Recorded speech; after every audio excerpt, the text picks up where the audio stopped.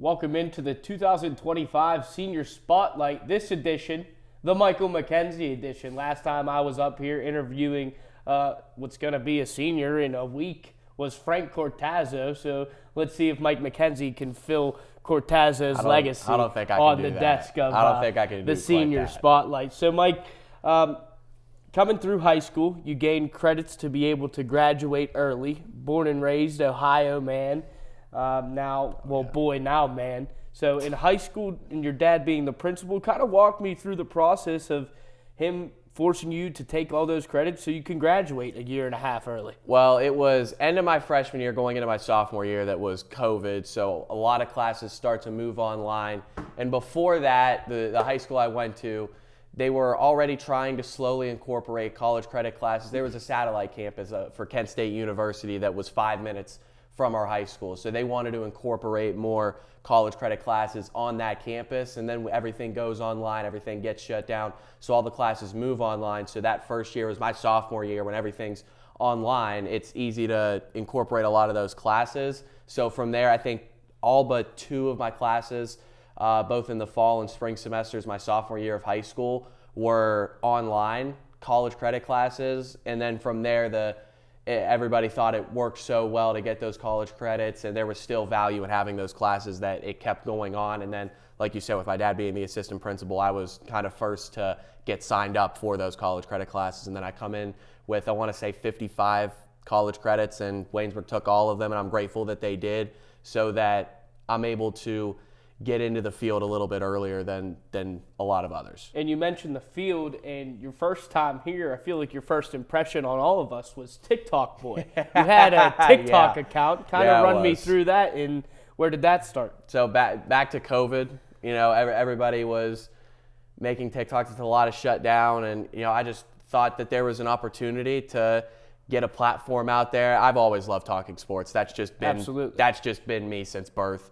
So to get a forum to put opinions out there and content and talk sports, I thought that was something I should take advantage of, even if it was just building a small community. And then that COVID season, I think I built a following from 0 up to about 15 or 16,000. So that was a fun year to be on TikTok. And then it's continued to slowly grow from there. And then I know Logan, one of our classmates, knew me from TikTok. I think he was kind of the first to refer to me as Arblaster. Yes, Arblaster. He was the first to kind of say, hey, I've seen some of your videos on TikTok. I'm like, that didn't really occur to me that I could come here and people would say, like, I've seen some of your TikTok. So that was a bit weird. I'm like, that's interesting. I didn't really think that would happen here. What was the page called? Top Sports Pro Sports Opinions. Pro Sports Opinions. Yeah. That ended up being a running joke through high school too. Well, hey, a lot of people it worked out, and it kind of led you down the path to where you are now, graduating. And well, technically, you graduate, you walk with us in May. Yeah. If everything goes well, But why Waynesburg? Obviously, the history of Lanny Fratteri, Pittsburgh Pirates broadcaster, the sports announcing program as a whole at Waynesburg University. So answer that question. Why? Well, I was between Waynesburg and Syracuse, and living about an hour and a half from here. I want to say 7 hours from Syracuse. That was a big part of it. I didn't want to be right close to home, like 5 minutes from the house, and just live home. I did want to get away and be able to grow and live on my own a little bit, but also close enough to the point where every other weekend or every now and then I can go home, see family, see my brother, see my parents, and be there on Friday nights for my brother who played high school football, be there sometimes throughout weekends when he plays high school basketball. So there was that aspect to it. But then, like you mentioned, Lanny Fratteri, he was a big selling point when I came and visited here. He was, so instrumental in the reason I decided to come here. Also, again, that closeness, I think that was a big part of it as well. Proximity to home, Lanny Fratteri, and then the small community campus. I'm not sure how I would have done in a big campus. There's a lot of people. You're just one person, but here it feels like it's much easier to build a small community and build a lot of friendships, and I feel like I've done that. And you mentioned Syracuse being on that list. It was either Waynesburg or Syracuse. Syracuse obviously having the more perennial names in the Tony Carinis, the Sean McDonoughs, and Pittsburgh's villain, Andrew Filipponi. So kind of to hone in on specifically how hard was it to make that choice, knowing what you could have possibly been in terms of names with tiers? Nothing has happened yet career-wise. You're still here. Yep. But hone in on the difficulty of, okay, there's local guys at Waynesburg that make it, but on the national level, there's Syracuse guys. I think my dad was a high school football coach, so, he gets interviews and he gets into the media circle a little bit, and he heard stories about Waynesburg. He knew Lanny was a professor here even before COVID, so I knew probably going into my freshman year of high school that it was going to be Syracuse or Waynesburg, because I knew that I wanted to get into not just a great communication program, but a great sports announcing, sports broadcasting program, and I knew that those two were the ones that I wanted to go after. And I don't think it was really until November my senior year that I decided, okay, I think it's going to be Waynesburg. I think that they offer more to me that is appealing compared to Syracuse, like the points that I just mentioned. Right. But it was probably 3.5 years that I was wrestling between Syracuse and Waynesburg. And I think that's a benefit of knowing what I wanted to do from a young age, from an early stage. There were a lot of people that I graduated with that didn't know what they were going to go in for until winter break, our senior years, or the first semester, our senior years. So I feel like I had a big time head start on a lot of people, and that allowed me a lot of time to mull that decision over, and I think I did make the right decision. Well, props to you. I had no clue what I was doing until February of my senior year of high school, and I thought I was going into HVAC. If I was in HVAC, that's a complete. You know me. That would have been terrible. You'd have broken air conditioners all over the place. Two very different things. Oh, absolutely. But talk to me about what's been most beneficial to you at Waynesburg in this program specifically, and even if it's not the physical things that you've learned and the lessons you learned, or the friendships you've gained also. Just talk to me about that. I think the friendships and the community you're able to build here is a big thing, but I think it's the experiences.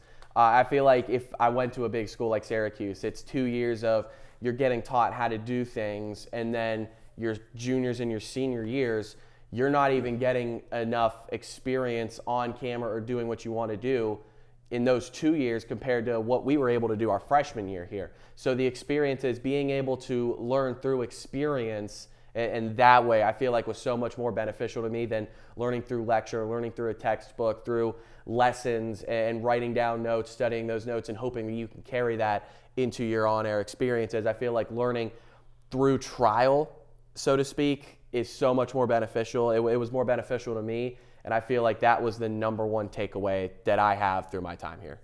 And the staff has changed immensely throughout your time at Waynesburg. And even prior, we had 93.7, the fan host, Joe Starkey, was a professor here at one point. Melinda Roeder, your freshman year, was there for 2 years on my part. Lanny Terry just retired, coming back part-time for a few classes. Talk to me about what you hope for Waynesburg in the future in terms of the rise in gaining professors, especially on the professional level like we used to have. Well, I think that being able to get people like Lanny, like Chris Muller, or Joe Starkey, like Melinda Roeder, getting all those people, like they were able to come here at one point. Mm-hmm. So I feel like in the future there are still going to be opportunities to bring in people from the field, once they're done full-time practicing, or if they feel an urge to pass knowledge on to college university students looking to get into the field. I still feel like that there are people out there that are going to fill those roles, and while they may not all be here right now, they will be there in the immediate future, I believe. And there are so many great opportunities here to teach, to be hands-on in your teaching. So I feel like that there are still great opportunities and great positions here that will be filled in the near future, and just what Waynesburg has to offer. I really do feel like that in the future that this university is still going to be in a great spot. So we talked about the university, we've talked about your background, but we really haven't spoken too much on your time at Waynesburg specifically. So give me I'm going to give you a list of these 3 things that I want you to give me. So I want your favorite broadcast that you announced. Okay. I want your favorite memory. And I want some of your favorite bonds that you will continue to build. after Waynesburg. Okay, we'll start with the favorite You don't have broadcast. to pick names. You don't have to pick names. I will say. I guess you could. That's teeter-totter. For the broadcast, it's easy to say the name because there was only one other person there. Benicio DeFalco, the away football game, Waynesburg at Allegheny in 2024. 44-41 final score. A phenomenal game, and I feel like Benicio and I both had one of the best, if not our best, broadcasts here. Right. So I think that added to that being our favorite. And then the bus ride up, we weren't really happy that it was a 5 o'clock game. I know that the players were probably I know that the players were probably more upset than we were. But yeah, that strange start time. And as you know, probably a lot of people know, Benicio and I are both Ohio State fans. And Ohio State played at noon, and they were in a tight game against Nebraska, a team that everybody thought they should have blown out. So we were stressing. We were stressing about that game on the bus ride, and then for about 10 minutes when we got off the bus at Allegheny. Because I feel like both of our moods, for at least the opening of the broadcast, may have been a little bit off if Ohio State lost that game, because they were coming off of another loss. So we're already thinking this is bounce back. Right. But they ended up winning, and I feel like that was just the precursor to a great broadcast and a great day with him. Favorite memory, this one's tough. I think if I'll go with something on air, I'm going to go back probably the first time I was on a show here was the buzz. On air. I thought on air. I'll go with things something you can and can't say off air. I thought that's where we were going. But let's stick to on air. I may think of something off air that is appropriate, but I'll stay with on air. The buzz. Will Yoakum hosting. I think it was myself, Joe Cirillo, who's in the back right now, and Tyler Zeman, and it was Hangman, the cornucopia that's on the PSA that airs on Woosen sometimes. That's probably the favorite on air. Did we remove that one, or I think I saw it. I think that played actually in the men's basketball game last night. At the day we're recording this, it was the Franciscan men's and women's basketball conference opener, and it played during the men's game. I think it played, but it's on that PSA. You can find it if you look. If you look hard enough, you can find the PSA. Go ahead and fact check. I think bonds, obviously, yourself, Dean. I feel like we built a special bond, and especially going to that Penn State Ohio State football game last year. That was awesome. Benicio DeFalco as well.